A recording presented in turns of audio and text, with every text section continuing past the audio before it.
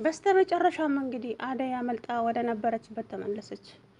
አደይ እንግዲህ ከከባድ ስቃይና መከራ በኋላ አቶ ጫኔ ከታገተችበት አንስታችሁ ለጌታዋ ውሰዷት ብሎ አባትየው ትዕዛዝ አስተላልፎ ነበረ።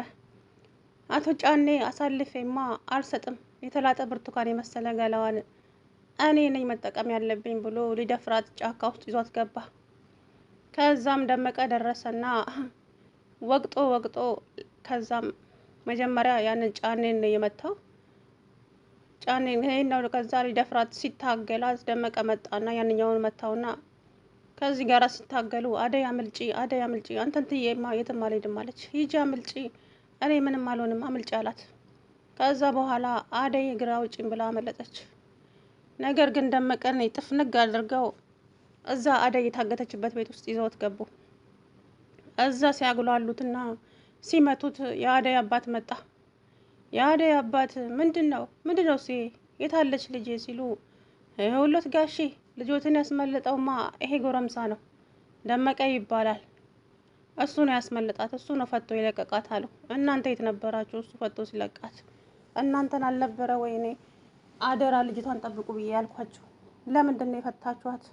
እኛ አይደለንም እሱ ነው ጋሼ እኮ እናንተ የት ነበራችሁ ሲሉ እንግዲህ ከዛም በኋላ በሉ ሂዱ፣ አሁን አደይ ወደ ከተማ ሳትሄድ ቶሎ ብላችሁ ጠፍንጋችሁ አምጡልኝ።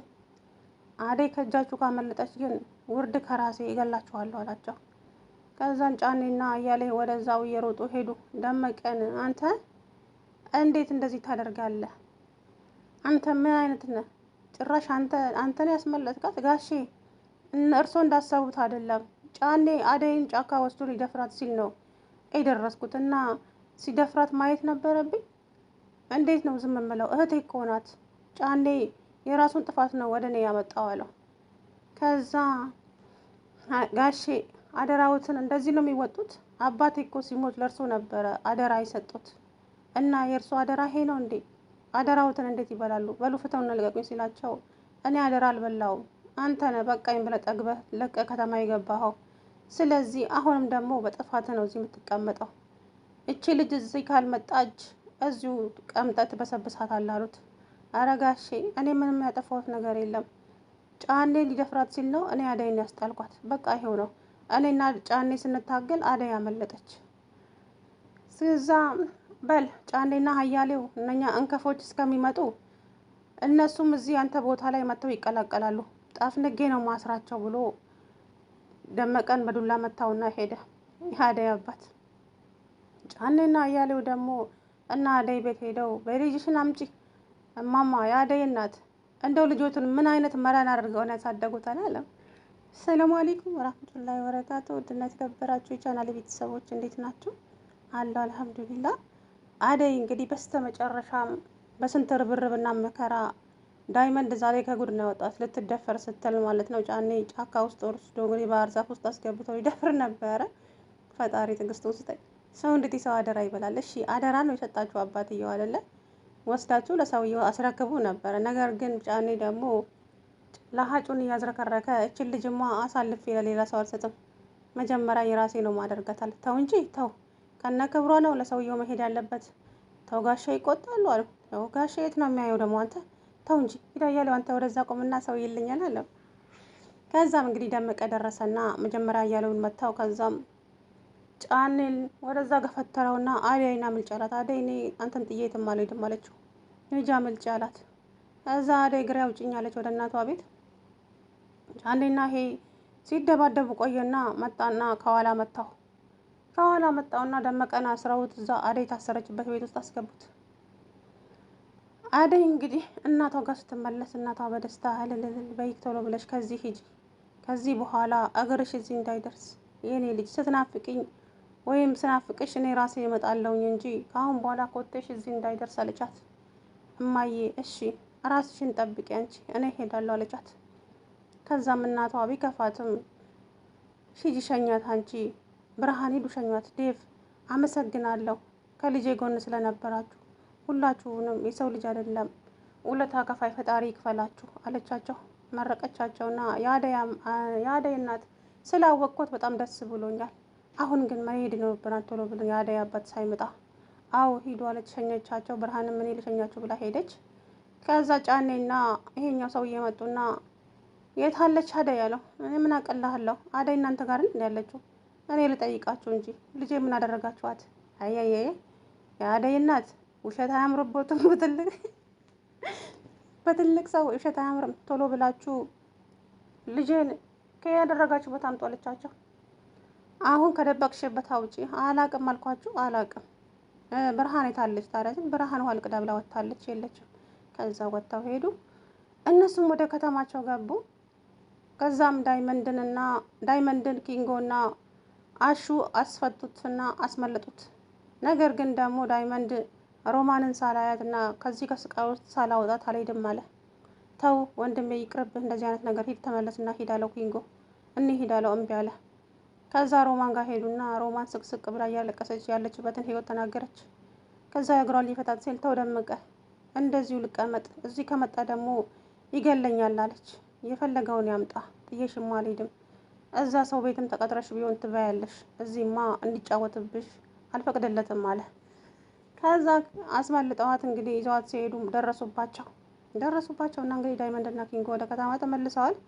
አሹን ድብድብ ባደረጉትና ሮማንን ወደ ቤት ይዟት ተመለሰ። አይስቃዩ ብዛቱ። በሌላው ደግሞ ቤዛ እኔ ያልኩት ነገር እውነት ነው። አያችሁ ቤዛ አውቃ ነበረ። ገንዘብ ፈልጋ እንጂ ቤተሰቦቿን ማራጣ ተበድረው አይደለም፣ ወንድሟም እስር ቤት አይደለም፣ ምንም ሆነው አይደለም። ግን እሷ አላማ ነበራት። ግን ባርኮቴን እያንከራተተችው ትገኛለች።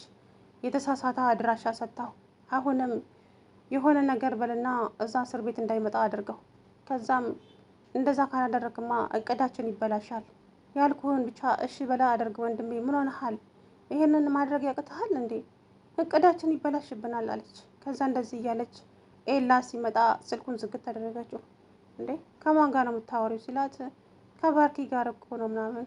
ታዲያ እኔ ስታይ ለምን ዘጋችሁ ሲላት አይ ማውራት ከጀመረን ቆየን ብዬ ነው አለችው።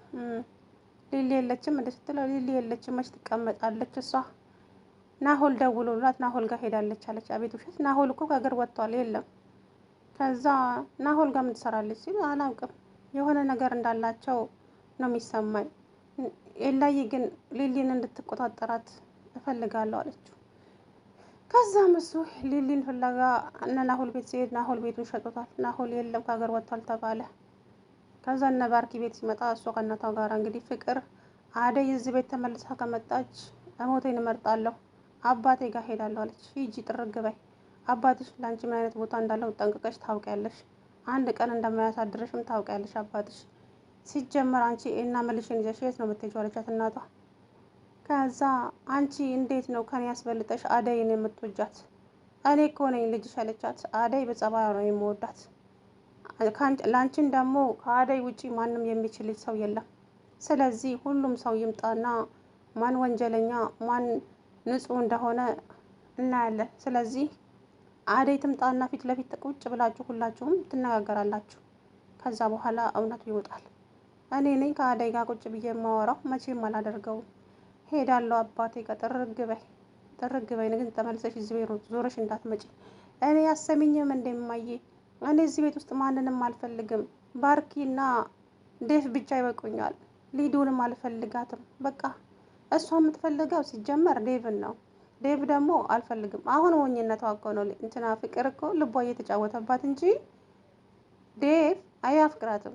የሚያፈቅረው አደይ ነው። ደጋግሞ ነግራታል። ግን በግድ አሁን ለምሳሌ አደይ ወጣች ልበል፣ ከዛ ቤት ወጣለች። ግን እሱ እሷን ሊያፈቅራትና የእሷ ሊሆን አልቻለም። ምክንያቱም ልቡ ያለው ሌላ ጋር ስለሆነ። ይህንን ደግሞ እንዴት ግንዛቤ ውስጥ ማስገባት አቃተሽ ወይዘሮ ፍቅር? ኧረ ተይ ተረጋጊ። የእውነት ረጋ በይ። ረጋ ያለ ወተት ቅቤ ይወጣዋል አሉ የሀገሬ ሰው። ጉድ እኮ ነው እናት። ለማንኛውም አደይ ስላመለጠች ደስ ብሎኛል። እንግዲህ በመጨረሻ መስዋዕት ከፍለው ዳይመንድ ነው ያስመለጣት። ዳይመንድ ነው ከዚህ ጉድ ያወጣት። ዳይመንድም እንግዲህ አመልጦ ወደ ከተማ መጥቷል። ምስኪናሹ እንግዲህ አባትየው ሲያገኘው ደግሞ ምን እንደሚያደርገው አላውቅም። የአደይ አባት አሁን ያንን ሁለቱ ሰዎች አስሮ ነው እንደሚገርፋት። የእውነት ይገርፋቸዋል። ምክንያቱም መገረፍ አለባቸው። አደይ ሊደፍራት አልነበረ። በጣም ነውር እኮ ነው የምር። ሰው አደራ ተሰጥቶት እንዴት አደራ ለመብላት እንደዚህ ይዘጋጃል? ይህንን የተላጠ ብርቱካንማ አሳልፌ ለሌላ ሰው አልሰጥም አላለም።